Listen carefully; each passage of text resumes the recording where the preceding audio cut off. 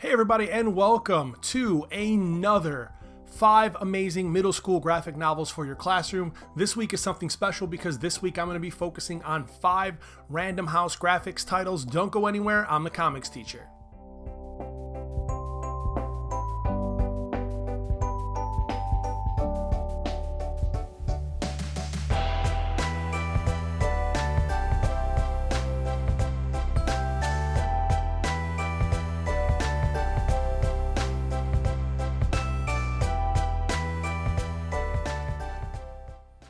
So, for those of you that didn't know, Random House Graphic has been putting out some amazing middle grade graphic novels, and today I'm happy to bring you 5 of those titles. Please stick around and listen to all of them because they are all amazing. The first middle grade graphic novel I am going to be bringing you today is Stepping Stones by Chicago's own Lucy Knisley. Stepping Stones is a book that I have talked about before on this particular YouTube channel. However, I have not talked about it in its place in the middle school classroom. This book is absolutely perfect for the middle school classroom. This book follows a girl named Jen who has a mom and a dad that are divorced, and the mom has a new boyfriend. So they move to a farmhouse into a life that Jen really doesn't know much about. Now she starts working at the farmer's market with her family on the weekends, and she has to get used to her 2 new stepsisters, Andy and Reese. She's not happy about that, and the book goes into really good detail about what it's like growing up in a place where you feel like you don't belong, and when decisions are made for you. You know, when everybody gets to that, you get to that age where you feel like you are old enough to start making your own decisions and you're old enough to start having a say in your life, but you're really not, because the powers that be are still kind of controlling what you do and kind of who you are and where you go.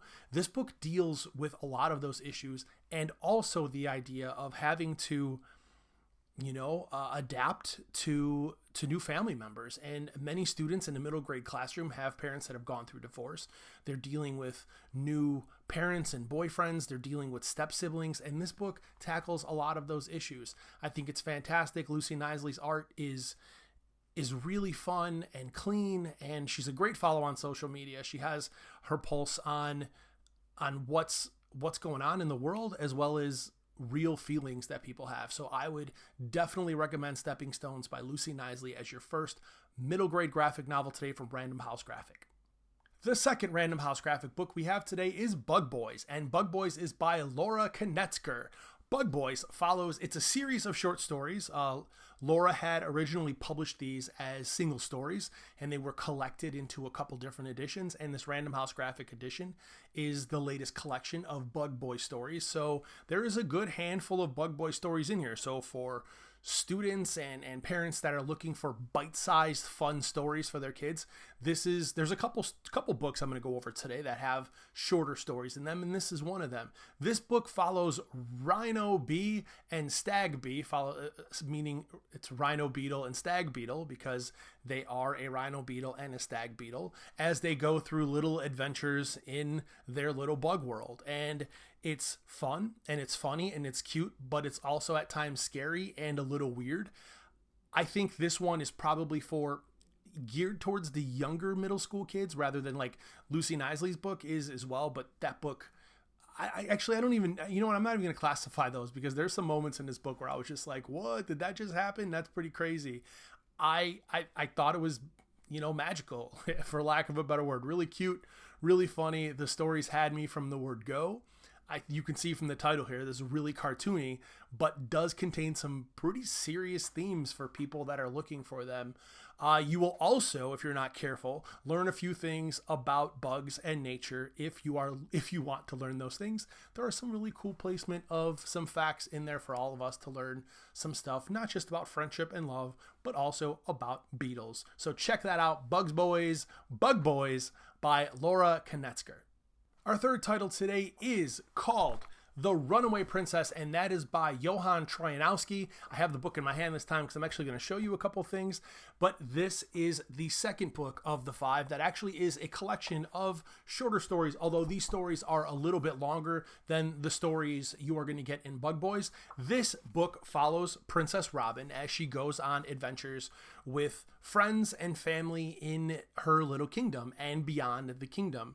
Each of the stories is very imaginative, the artwork, and one of the things I like, by the way, about these Random House Graphics books that I don't see in a lot of graphic novels is that in the opening of the book, it tells you how it was created, right? So all of these Random House Graphic books have like the type of ink and digital media were used to create them. It's kind of a cool little thing that I'm always asking myself when I'm reading that, right? Was that watercolor? Was that crayon? So a lot of this book was done with crayon, and the images are really colorful and beautiful. One of the things, look at this one. That is a cool splash page. So one of the things I want to tell you about this book that makes it different from the rest, though, is that there's kind of activities and it's interactive in a couple ways. So for example, here's a page right here where you have to figure out, and it gives you a little code at the top, how to hop on the lily pads to safely get across this little pond here to the tree. And then over here, this page, they're trying to get away from these like pumpkin little bad guys. And she says, "Dear reader, please turn the book so that the right side is on its top." And the other character says, "Who are you talking to?" And then you turn it, and the characters are holding on to the trees, and the little pumpkin guys fall off because you've differently orientated the page. And there's little mazes and activities in this book. And if they do require like pen or pencil, the book tells you, get a sheet of paper and put it over this and do this, connect the dots. So there are the activities a little kiddie?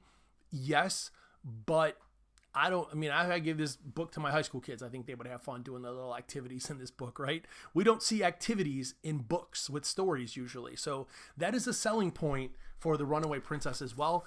And its originality and its colorfulness and its absurdity, which all of these books have, with the exception Stepping Stones is not really absurd. It's more realistic. But the other ones that I'm talking about for the most part are slightly absurd. And I like slightly absurd. And from my experiences, so do the students. So there you go. Your third book from Johan Troianowski is The Runaway Princess. Our fourth title is Seance Tea Party by Reimena. Seance Tea Party follows a girl named Laura as she discovers a ghost named Alexa. I knew I was going to say Alexis. I have Alexa right here. I knew I was going to say Alexis. I said Alexis. Dang it. It's Alexa. So the ghost is named Alexa, and we find out quickly that this ghost has been living in this house for a very long time. Laura is a loner, and she's having a hard time with being a teenager and making friends and fitting in. And as she slowly grows throughout the book and discovers more of who she is and more of where she fits in this place in the world and in this town, her relationship with the ghost changes.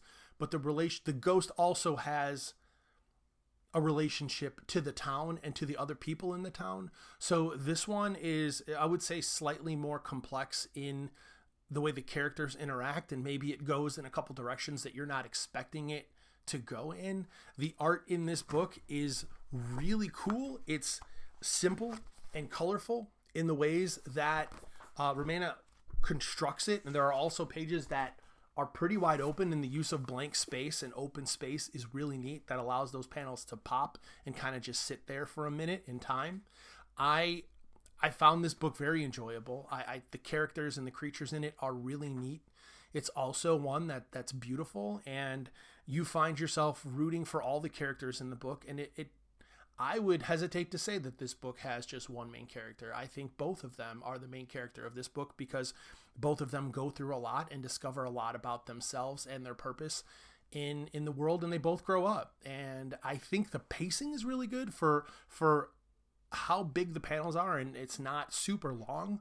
I think that this graphic novel does a really good job of pacing that story. So we get a lot and we feel like these characters have grown, and maybe enough pages where they shouldn't. Like normally in this many pages, we don't feel that from those characters. So I think this one does a really good job. So that's Seance Tea Party, Random House Graphic. Again, we got one more coming up. Our final Random House Graphic book of the day is Witches of Brooklyn by Sophie Escabasse. Witches of Brooklyn follows a middle grade girl named Effie, And we find out early in the book that something happens to her parents and she is being delivered to now at like 1 a.m. live with her aunts. Things quickly escalate and we find out that her aunts are witches and she has witch powers of her own. So I think this book is really cool in that there's a lot of like personal ownership and allowing. The message here is, you know, being yourself, of course, and that's always a powerful message for middle grade students. It's the power of being yourself and standing your ground and figuring out who you are in the world, which is a big overarching theme in all of these in some way, shape, or form, right? In a way, you could do a lit circle with all of these books, with that being the centralized theme. But the only issue I had with this book is like we really don't explore Effie's backstory. I mean, she has a couple dreams where we're maybe brought back into her past and like what had happened with her parents and everything, but that's really not a big pushing point of this story. It's just like, hey, it's 1 a.m. You now have a daughter. You now have to take this girl Effie, and her aunts kind of take her, and it just blows up from there.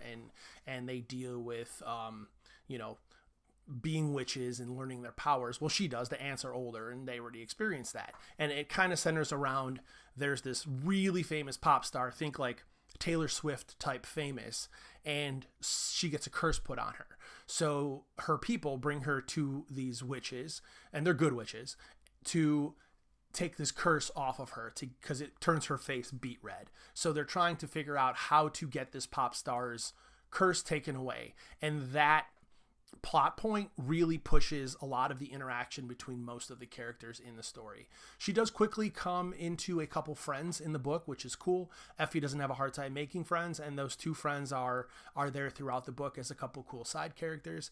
I like this one. I think some of, you know, like some of the other thematic books, this one I did have a slight issue with the parental thing. I maybe wanted a little bit more of that story.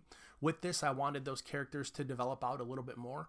But for a younger middle grade student, this book is not going to lose them in plot or in the complexity, right? They're going to get what's happening, who it's happening to, and why it's important, and what we can take away from this book. So I think this one would probably be better on that like 6th grade side of the coin if we're looking at like 6, 7, and 8 as the middle grade books. So there you have it, 5 great middle grade classroom books from Random House Graphic. If you subscribe to this channel, and hopefully you give this video a like, but if you subscribe, I do make a playlist with all of just the middle grade graphic novel review videos. So if you're a middle grade teacher, this video along with my other middle grade graphic novel reviews are in that playlist. Check it out, and then you can check out my other playlists, and I also have educational videos for teachers in another playlist that I've created. So I'm trying to create as much content, and a lot of it is shaped by the people on social media, and I ask what they want. And this was actually one of the ideas was middle grade graphic novel reviews, and I'm doing a whole bunch of them. So thanks for watching. I hope you subscribe and have a great day.